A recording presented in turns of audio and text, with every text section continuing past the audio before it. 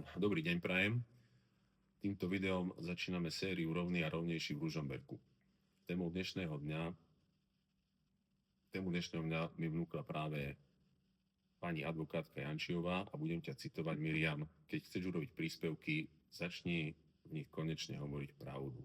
Tak si povedzme dnes pravdu o vašej garáži a pozemku, ktorý ste nadobudli s osobitným zreteľom od nášho mesta. A je dobre podotknúť, že pozemok sa nachádza na ulici Jána Sladkého, v susedstve jezuitskej záhrady a pozemku, voči ktorému ste spolu organizovali petíciu proti zástavbe. Prístupím k veci. Vaša garáž bola postavená bez stavebného povolenia, čiže čierna stavba na pozemku mesta, ktorý ste bez právneho dôvodu, čiže neoprávnene užívali minimálne 3 roky pred nadobudnutím. Tento pozemok bol v tom čase v územnom pláne Ružomberka vedený ako plocha Z2, čiže plocha zelene, na ktorej bola nepripustná funkcia bývania. Tak ako celá jezuitská záhrada, na ktorej stála garáž s vašim oplotením. Požiadali ste o kúpu pozemku od mesta Ružomberok, aby ste mohli legalizovať čiernu stavbu s vašim oplotením.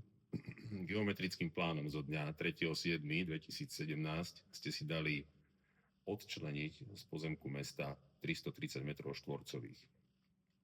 Následne ste dali vypracovať znalecký posudok s číslom 78/2019, ktorý bolo potrebné pri kúpe majetku mesta predložiť.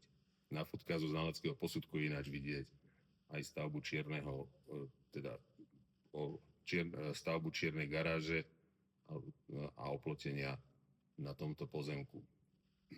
Mesto vám v uznesení z 6.11.2019 materiály pod číslom 1003 dalo podmienku, že pozemok vo výmere 330 metrov vám bude predaný, až keď zmeníte na vaše náklady územný plán mesta, pretože funkciu Z2 vám nemohol predať, pretože tam bola nepripustná funkcia stavby.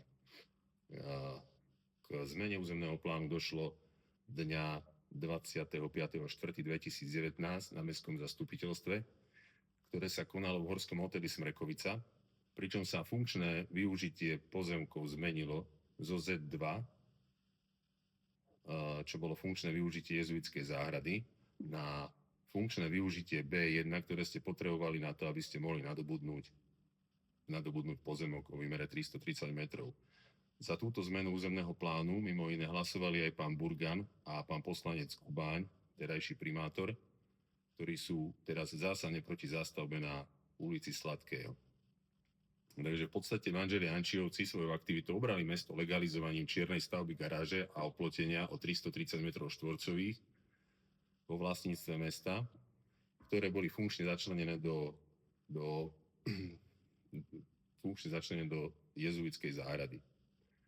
Keď budeme počítať, že dospelý strom potrebuje na svoj rast asi 50 m2, tak na tejto ploche 330 metrov mohlo rásť 6 stromov, tak ako rastú stromy v jezuitskej záhrade, a nie betónová garáž s betónovým plotom.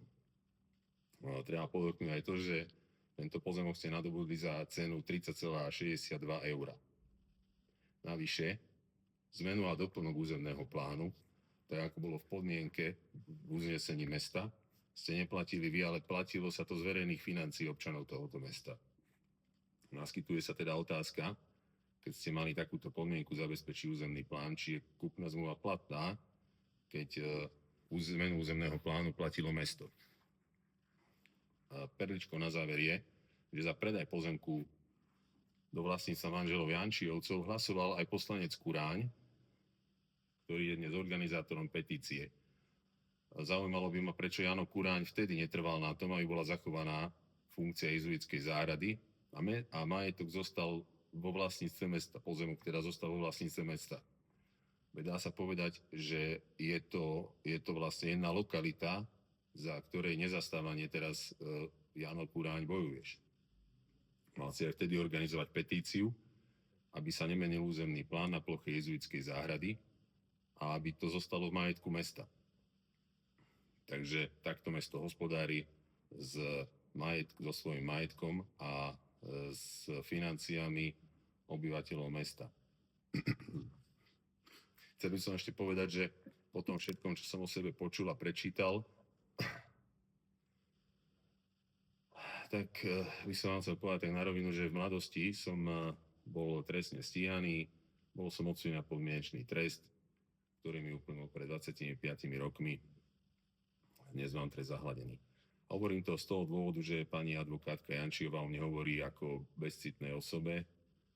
Pán advokát Janči ma nazval človekom bez chrbtovej kosti. Na rozdiel od nich som zákonne požiadal zmenu územného plánu. Sám som si to zaplatil.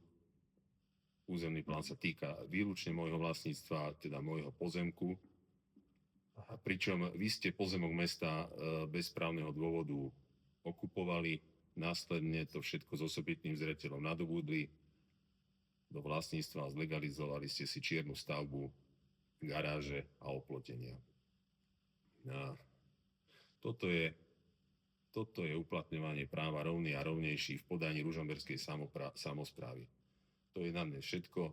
Na budúce vám prinesieme ďalšie kauzy ohľadom nakladania s majetkom mesta, financiami mesta na prospech niekoho vyvoleného.